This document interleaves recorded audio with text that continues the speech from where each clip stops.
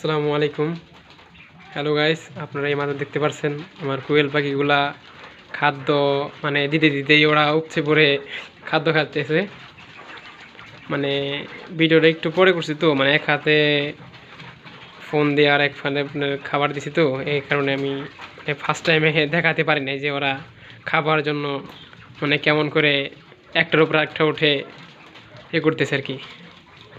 তো এখন আলহামদুলিল্লাহ সকাল পাখিগুলো সুস্থ আছে। তো আপনারা দোয়া করবেন। আমি নতুন উদ্যোক্তা, আমি আপনার 120 পিস কোয়েল পাখি দিয়ে শুরু করছি। জানি না কি হবে, তো আল্লাহ ভরসা আর অতঃপর আপনাদের দোয়া, সকলে আমাদের জন্য দোয়া করবেন। আমি জানি সফল হতে পারি এবং একটি সুন্দর এবং সফল উদ্যোক্তা হতে পারি।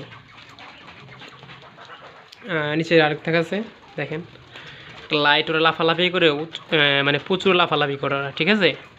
প্রচুর লাফালাফি করার কারণে আমার যে লাইটটা কাটে গেছে। এই যে তার দেখতে পারতেছেন আপনারা, এই যে এইমাত্র খোলাইলাম, হোল্ডার ছিল সেখানে।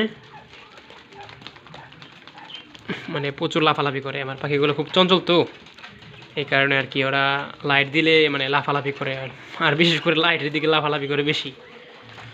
তো আলহামদুলিল্লাহ ওরা ভালো আছে, সুস্থ আছে, কোনটা এখন পর্যন্ত মরে নাই।